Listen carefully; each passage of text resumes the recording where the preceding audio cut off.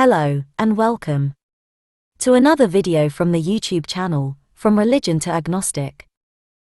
Okay, and so today we will be talking about Canan's son Heth, the Hittites and or Hivites, and the Luwians. The Hittites, also spelled Hethites, were a group of people mentioned in the Hebrew Bible. Under the names, children of Heth, who was the son of Canaan, and native of Heth, they are described several times as living in or near Canaan between the time of Abraham, estimated to be between 2000 BC and 1500 BC, and the time of Ezra after the return of the Jews from the Babylonian exile, around 450 BC. In the late 19th century, the biblical Hittites were identified with a newly discovered Indo-European-speaking empire of Anatolia, a major regional power through most of the second millennium BC, who therefore came to be known as the Hittites. This nomenclature is used today as a matter of convention, regardless of debates about possible identities between the Anatolian Hittite Empire and the biblical Hittites. In the identification hypotheses, according to Genesis, the Hittite Ephron sold Abraham the cave of Machpelah in Hebron for use as a family tomb. Later, Esau married wives from the Hittites. In the book of Joshua 1:4, when the Lord tells Joshua from the wilderness and this Lebanon even unto the great river, the river Euphrates, all the land of the Hittites, and unto the great sea toward the going down of the sun, shall be your border, this land of the Hittites, on Canaan's border is seen to stretch between Lebanon and the Euphrates, and from there toward the setting sun, i.e., to the west. According to the book of Judges 1:26, when the Israelites captured Bethel, they allowed one man to escape, and he went to the land of the Hittites, where he founded the settlement of Luz. In King Solomon's era, the Hittites are depicted in the Old Testament along with Syria as among his powerful neighbors. From around 1900, archaeologists were aware of a country established in Anatolia and known to Assyrians as Hatti. Because it was initially assumed that the people of Hatti were identical to the Heti of the Hebrew Bible, the term Hittite Empire is still today used to describe the Anatolian state. Their language is known to have been a member of the Indo-European family. Because its speakers were originally based in Cananns, they called their language Neshali. The former inhabitants of Hatti and Hattusas are now called Hattites, and their Hattic language was not Indo-European, but is of unknown linguistic relationship. After the fall of the Hittite Empire around 1178 BC, a remnant of them, still using the name, people of Hatti, established some city-states in the region of northern Syria. Therefore these are usually assumed to be the Hittites mentioned in Solomon's time. The case for identity, some scholars take the view that the two peoples are identical. Apart from the similarity in names, the Anatolian Hittites were a powerful political entity in the region before the collapse of their empire in the 14th to 12th centuries BC, and so one would expect them to be mentioned in the Bible, just as the Hty post-Exodus are. Moreover, in the account of the conquest of Canaan, the Hittites are said to dwell in the mountains, and towards the north of Canaan, a description that matches the general direction and geography of the original Hittite Empire, which had been influential in the region prior to the Battle of Kadesh. Modern academics propose, based on much onomastic and archaeological evidence, that Anatolian populations moved south into Canaan as part of the waves of sea peoples who were migrating along the Mediterranean coastline at the time of the collapse of the Hittite Empire. Many kings of local city-states are shown to have had Hittite and Luwian names in the Late Bronze to Early Iron Age transition period. Indeed, even the name of Mount Zion may be Hittite in origin. The case for separation, because of the perceived discrepancy between the picture of the Hittites as developed in the Bible and the archaeological discoveries, some biblical scholars reject Archibald Sayce's identification of the two peoples, and believe that the similarity in names is only a coincidence.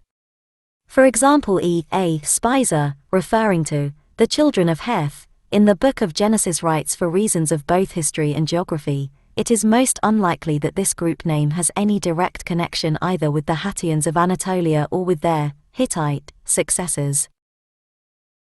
And in the intermediate hypotheses, Trevor Bryce suggests that biblical references to Hittites may be separated into two distinct groups.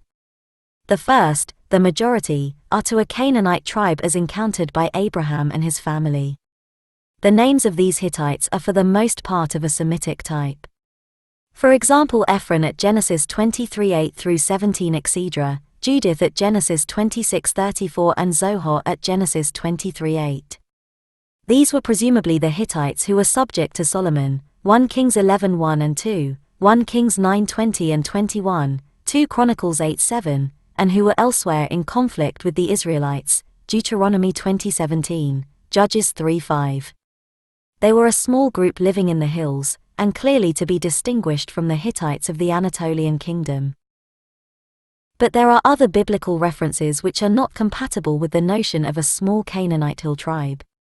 Most notable among these is 2 Kings 7:6, for the Lord had made the host of the Syrians to hear a noise of chariots, and a noise of horses, even the noise of a great host, and they said one to another, Lo, the king of Israel hath hired against us the kings of the Hittites, and the kings of the Egyptians, to come upon us. This conveys the impression that the Hittite kings were commensurate in importance and power with the Egyptian pharaohs. A similar impression is conveyed by 2 Chronicles 1:17, and they fetched up, and brought forth out of Egypt a chariot for 600 shekels of silver, and a horse for 150. And so brought they out horses for all the kings of the Hittites, and for the kings of Syria, by their means. In these cases there can be little doubt that the references are to the Neo-Hittite kingdoms of Syria. If the references to the Canaanite tribe are distinct from those to the Neo-Hittite kingdom, the similarity between the names, only 2 significant consonants, could easily be due to chance. Okay, and so I want to reflect here a second. Let's look back where it states, and I quote, "They were a small group living in the hills, and clearly to be distinguished from the Hittites of the Anatolian kingdom." So let's look at the Hivites. The Hivites were one group of descendants of Canaan, son of Ham, according to the table of nations in Genesis 10:17. A variety of proposals have been made, but beyond the references in the Bible to Hivites in the land of Canaan, no consensus has been reached about their precise historical identity. The etymology of the Hivites. E.C. Hostetter has proposed that the name comes from tent dweller, as a cognate to the Hebrew word horwah, which means tent or camp, although this proposal is rejected by John Day. No name resembling Hivite has been found in Egyptian or Mesopotamian inscriptions, though the Hiawa in a Luwian Phoenician bilingual has been linked to the biblical Hiwi. The location of the Hivites. The Hivites, according to Joshua, lived in the hilly region of Lebanon from Lebo Hamath, Judges 3:3, to Mount Hermon, Joshua 11:3. Hivites are also mentioned further south in the Masoretic text of the Hebrew Bible, which assigns to Hivites the towns of Gibeon, Kephirah, Beeroth, and Kiriath Jearim, Joshua 9:17. However, the Septuagint reads these 4 towns as inhabited by Horites, suggesting that the name Hivite may have entered the Masoretic text via a spelling error. The Masoretic text of Joshua 11:3 described the Hivites as being under Hermon in the land of Mizpeh. However, the Septuagint reads Hittites in place of Hivites, suggesting that one text or the other has suffered an error. Similarly, in 2 Samuel 24:7, according to the Masoretic text, Hivites are mentioned immediately after the stronghold of Tyre, where the Septuagint once again reads Hittites. And as for biblical mentions, within the Hebrew Bible, Hivites are often listed among the inhabitants of Canaan, promised to the descendants of Abraham. Genesis 36:2, in the Masoretic text, mentions that one of Esau's wives was Oholibamah, the daughter of Anah, the daughter of Zibeon the Hivite, who is also described as of the daughters of Canaan.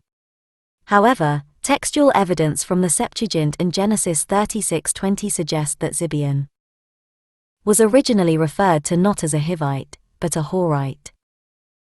The book of Joshua claims that Hivites were one of 7 groups living in the land of Canaan when the Israelites under Joshua commenced their conquest of the land, Joshua 3:10. These 7 nations were to be exterminated: Hittites, Girgashites, Amorites, Canaanites, Perizzites, Hivites and Jebusites. In Joshua 9, Joshua ordered the Hivites of Gibeon to be wood-gatherers and water-carriers for the temple of Yhwh. The Bible records that David's census included Hivite cities. During the reign of Solomon, they are described as part of the slave labor for his many building projects. It is not clear if, when or how they ceased to be a separate group before the Israelite kingdoms came to an end. Okay, and before we go I want to reflect once more. Let's look back to where it mentions, and I quote, "No name resembling Hivite has been found in Egyptian or Mesopotamian inscriptions, though the Hiawa in a Luwian Phoenician bilingual has been linked to the biblical Hiwi." The Luwians were a group of Anatolian peoples who lived in central, western, and southern Anatolia, in present-day Turkey, in the Bronze Age and the Iron Age. They spoke the Luwian language, an Indo-European language of the Anatolian subfamily, which was written in cuneiform imported from Mesopotamia, and a unique native hieroglyphic script, which was sometimes used by the linguistically related Hittites also. Luwian was probably spoken over a larger geographic region than Hittite. Their origin. The origin of the Luwians can only be assumed. A wide variety of suggestions exist, even today, which are connected to the debate over the original homeland of the Indo-European speakers. Suggestions for the Indo-European homeland include present-day Armenia, Iran, the Balkans, the Pontic Caspian steppe and Central Asia. However, little can be proven about the route that led the ancestors of the Luwians to Anatolia. It is also unclear whether the separation of the Luwians from the Hittites and the Pellaeic speakers occurred in Anatolia or earlier. It is possible that the Demersi-Huyuk culture, c. 3500 to 2500 BC, is connected with the arrival of Indo-Europeans in Anatolia, since Proto-Anatolian must have split off around 3000 BC at the latest on linguistic grounds. And in the Hittite period. The Old Hittite laws from the 17th century BC contain cases relating to the then independent regions of Pala and Luwia. Traders and displaced people seem to have moved from one country to the other on the basis of agreements between Hattusa and Luwia. It has been argued that the Luwians never formed a single unified Luwian state, but populated a number of polities where they mixed with other population groups. However, a minority opinion holds that in the end they did form a unified force, and brought about the end of Bronze Age civilization by attacking the Hittites and then other areas as the Sea People. During the Hittite period, the kingdoms of Seha, Da, and Azar were developed in the west, focused in the Meander Valley. In the south was the state of Kitsuwatna, which was inhabited by a mixture of Hurrians and Luwians. The kingdom of Tahuntassa developed during the Hittite New Kingdom, in southern Anatolia. The kingdom of Wilusa was located in northwest Anatolia on the site of Troy. Whether any of these kingdoms represented a Luwian state cannot be clearly determined based on current evidence and is a matter of controversy in contemporary scholarship. According to the Oriental Institute, Luwian was spoken from the eastern Aegean coast to Melid and as far north as Alaka Hoyuk during the Hittite kingdom. And in the post-Hittite period. After the collapse of the Hittite Empire circa 1180 BCE, several small principalities developed in northern Syria and southwestern Anatolia. In south-central Anatolia was Tabal, which probably consisted of several small city-states. In Cilicia there was Q, in northern Syria was Gergum, on the Euphrates there were Melid, Kuma, Karshemish and, east of the river, Masawara, while on the Orontes River there were Unqpatin and Hamath. The princes and traders of these kingdoms used hieroglyphic Luwian in inscriptions, the latest of which date to the 8th century BC. The Karatit bilingual inscription of Prince Azatiwada is particularly important. These states were largely destroyed and incorporated into the Neo-Assyrian Empire, 911 to 605 BC, during the 9th century BC. Alrighty, and that will do it for this video. Catch you on the next one. Have a great day, and be safe. If you enjoyed this video, please think about subscribing, as well as hitting the like and sharing would help out a lot. Thank you all, and And may the gods guide you in your journey. Stay blessed.